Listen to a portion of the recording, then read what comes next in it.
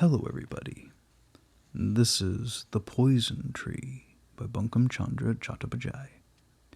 Chapter 7, Haridasi Boisnavi. The widow Kundanandini passed some time in Nagendra's house. One afternoon, the whole household of ladies were sitting together in the older division of the house, all occupied according to their tastes in the simple employment of village women. All ages were there, from the youngest girl to the gray-haired woman. One was binding another's hair, the other suffering it to be bound. One submitting to have her white hairs extracted, another extracting them by the aid of a grain of rice.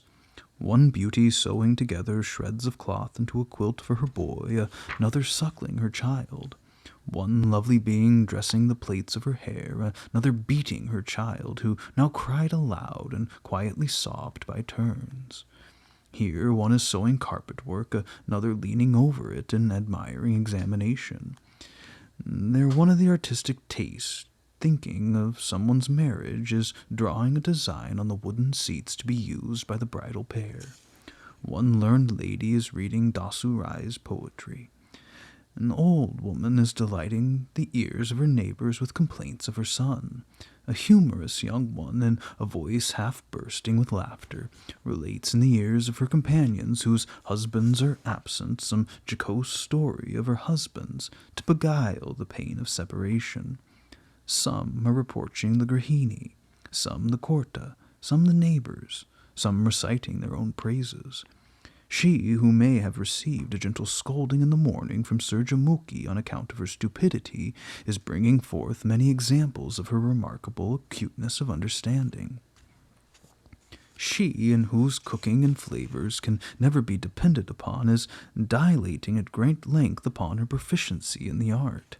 She, whose husband is proverbial in the village for his ignorance, is astounding her companions by her praises of his superhuman learning. She, whose children are dark and repulsive-looking, is pluming herself on having given birth to jewels of beauty. Sir Jamuki was not of the company. She was a little proud, and did not sit much with these people. If she came amongst them, her presence was a restraint upon the enjoyment of the rest. All feared her somewhat, and were reserved towards her. Kundanandini associated with them. She was amongst them now, teaching a little boy his letters at his mother's request. During a lesson, the pupil's eyes were fixed upon the sweetmeat in another child's hand.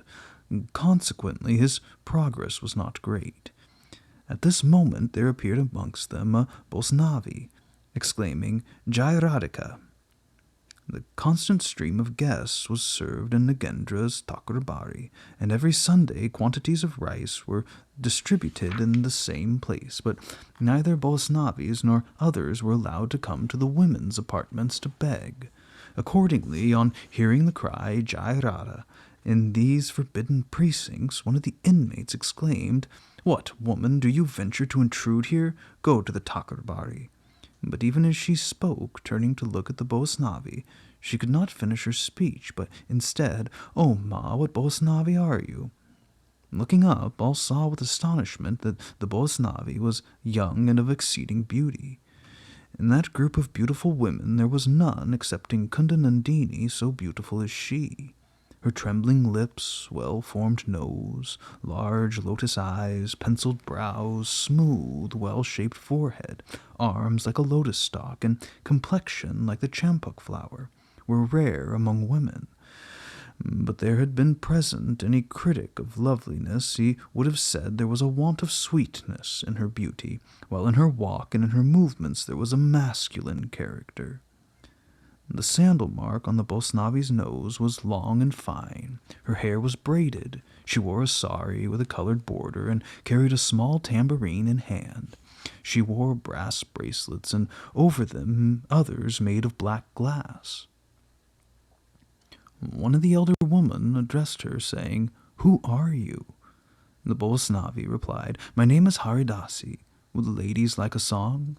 The cry, "Yes, yes, sing," sounded on all sides from old and young. Raising her tambourine, the Boisnavi seated herself near the ladies, where Kunda was teaching the little boy. Kunda was very fond of music. On hearing that the Boisnavi would sing, she came near. Her pupil seized the opportunity to snatch the sweetmeat from the other child's hand and eat it himself. The Boisnavi asking what she should sing, the listeners gave a number of different orders. One called for the strains of Govinda Adhikari, another Gopali Ure. She, who was reading Dasu Rai's poem, desired to have it sung. 2 or 3 asked for the old stories about Krishna. They were divided as to whether they would hear about the companions or about the separation. Some wanted to hear of his herding the cows in his youth. One shameless girl called out, "If you do not sing such and such a passage, I will not listen." One mere child, by way of teaching the Boisnavi, sang some nonsensical syllables. The Boisnavi, listening to the different demands, gave a momentary glance at Kunda, saying, "Have you no commands to give?" Kunda, ashamed, bent her head smiling, but did not speak aloud. She whispered in the ear of a companion, "Mention some hymn." The companion said, "Kunda desires that you sing a hymn." The Boisnavi then began a hymn. Kunda, seeing that the Boisnavi had neglected all other commands to obey hers, was much abashed. Haridasi, striking gently on her tambourine as if in sport, recited in a gentle voice some few notes like the murmuring of a bee in early spring, or a bashful bride's first loving speech to her husband. And then suddenly she produced from that insignificant tambourine, as though with the fingers of a powerful musician, sounds like the crashing of clouds and thunder, making the frames of the hearers shrink within them as she sang in tones more melodious than those of the Apsaras. The ladies, astonished and enchanted, heard the Boisnavi's unequaled voice filling the court with sound that ascended to the skies. What could secluded women understand of the method of that singing? An intelligent person would have comprehended that this perfect singing was not due to natural gifts alone. The Boisnavi, whoever she might be, had received a thorough scientific training in music, and though young, she was very proficient. The Boisnavi, having finished her song, was urged by the ladies to sing again. Haridasi, looking with thirsty eyes at Kunda, sang the following song from Krishna's address to Radhika. To see thy beauteous lily face, I come expectant to this place. Let me, O Rai, thy feet embrace. To deprecate thy sullen ire, therefore I come in strange attire. Revive me, Radha, kindness speak, clasping thy feet my home I'd seek, of thy fair form to catch a ray, from door to door with flute I stray. When thy soft name it murmurs low, mine eyes or sudden tears overflow. If thou wilt not my pardon speak, then banks of Jumna's stream I seek. I will break my flute and yield my life. Oh, cease thy wrath and end the strife. The joys of Braj I've cast aside, a slave before thy feet to bide. Thine anklets round my neck I'll bind, in Jumna's stream I'll refuge find. The song over, the Boisnavi, looking at Kunda, said, "Singing that has made me thirsty. Give me some water." Kunda brought water in a vessel, but the Boisnavi said, "I will not touch your vessel. Come near and pour some water into my hands. I was not born a Boisnavi." By this she gave it to be understood that she was formerly of some unholy caste and had since become a Boisnavi. In reply to her words, Kunda went behind her so as to pour the water into her hands. They were at such a distance from the rest that words spoken gently could not be heard by any of them. Kunda poured the water, and the Boisnavi washed her hands and face. Thus engaged, the latter murmured, "Are you not Kunda?" In astonishment, Kunda replied, "Why do you ask? Have you ever seen your mother-in-law?" No.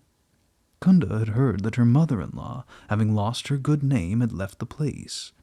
Then said the Boisnavi, "Your mother-in-law is here now. She's in my house and is crying bitterly to be allowed to see you for once. She dare not show her face to the mistress of this house. Why should you not go with me to see her? Notwithstanding her fault, she is still your mother-in-law." Although Kunda was simple, she understood quite well that she should not acknowledge any connection with such a relation. Therefore she merely shook her head at the Boisnavi's words and refused her assent. But the Boisnavi would not take a refusal. Again she urged the matter. Kunda replied, I cannot go without the Grihini's permission. This Haridasi forbade. You must not speak to the house mistress. She will not let you go. It may be she will send for your Sasuri. In that case your mother-in-law would flee the country. The more the Boisnavi insisted, the more Kunda refused to go without the Grihini's permission. Haridasi, having no other resource, said, Very well, put the thing nicely to the Grihini.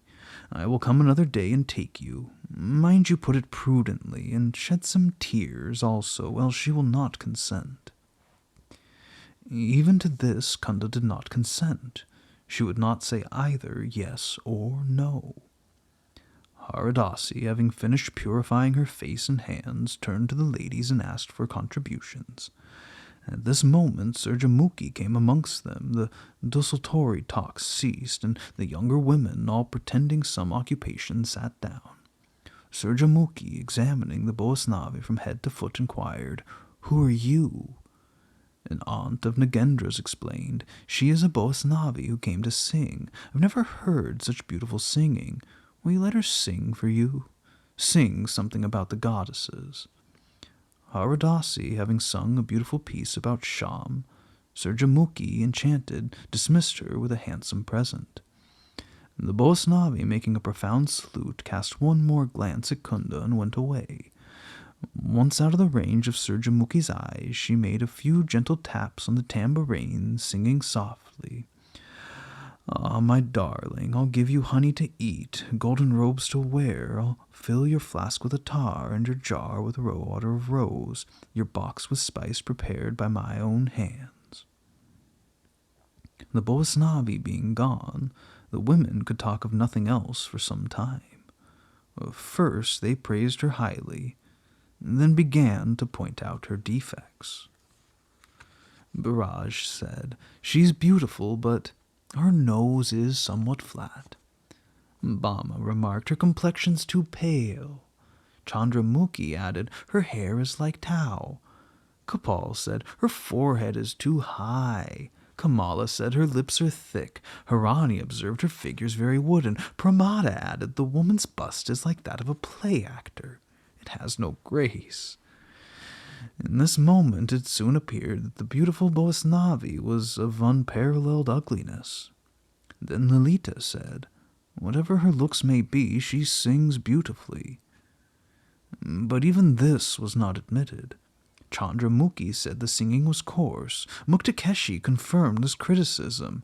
Ananga said, This woman does not know any songs. She couldn't even give us one of Dasu Rai's songs. Kanak said, She doesn't understand time. Thus it appeared that Haridasi, Boisnavi, was not only extremely ugly, but that her singing was of the worst description.